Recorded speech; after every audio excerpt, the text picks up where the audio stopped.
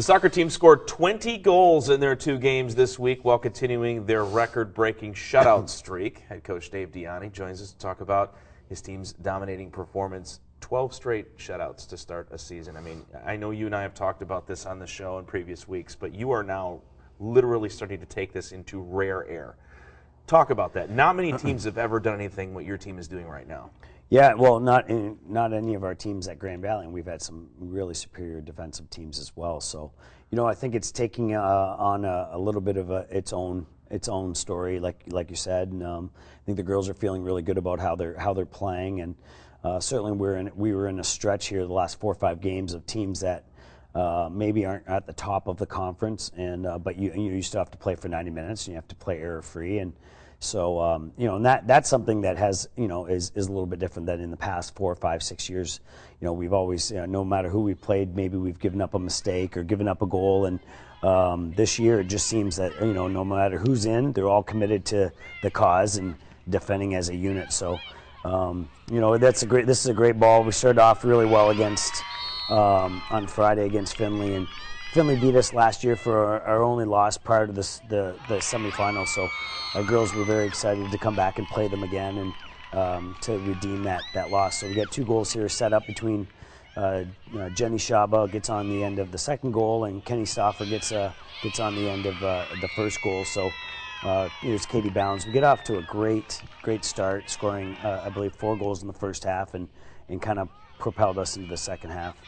You had such a successful season this year, but Findlay actually brought in the 2 highest scoring players in the GLIAC, and I'm sure your back end took great pride in shutting them down. Yeah, we talked about it an awful lot during the week, and we feel like we're a little bit more of a balanced scoring team, and Findlay, everything went through 2 players, and so that sometimes is a good thing when it's very predictable.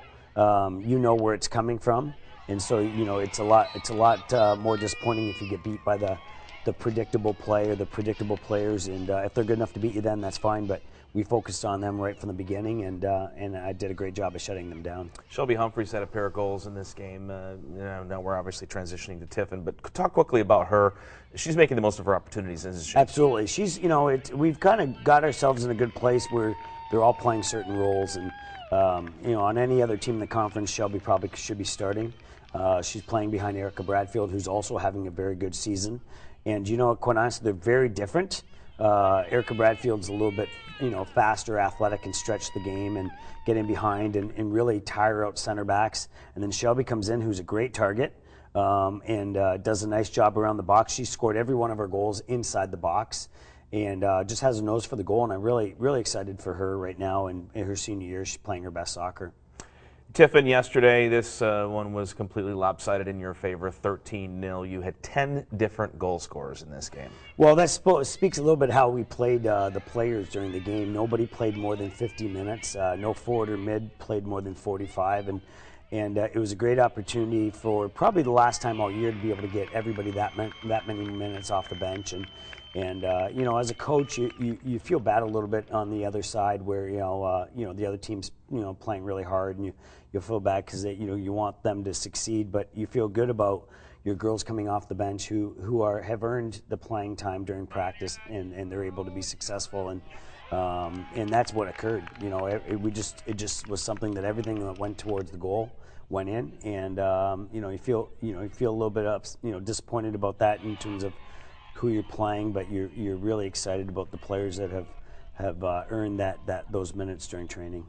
Abby Miller is closing in on 1,300 minutes without allowing a goal. How are you keeping her sharp? Because at some point here, as you venture into the postseason and in tournament play, you're going to run into some teams that are going to put some pressure on your defense and possibly do some damage. But how are you doing that? Well, we started last week. We're starting to try to replicate some situations with intensity and putting them under pressure training, and Tuesdays and Wednesdays are our more intense training sessions, and we're trying to give them situations in training so that because they're not receiving them right now during practice or during games, and I think that will be really important, especially this weekend, playing Michigan Tech and Northern, two very good teams, and we're doing that for our defenders as well. So we got to try to replicate some of those situations in practice, so that when they see them in games, it's not going to be a surprise.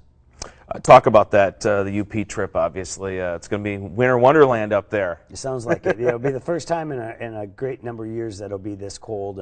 But again, our girls, I don't see that as being much of an issue. It'll be an adversity that we have to face. And mid-30s and snowy kind of conditions are going to be the situation for both teams. Michigan Tech's a very good team. I think they're playing really well. They dropped a game against Ashland this weekend, came back, bounced against Ohio Dominican, a really nice 4-1 win. They put a lot of pressure on you, and our back line will have to play very well.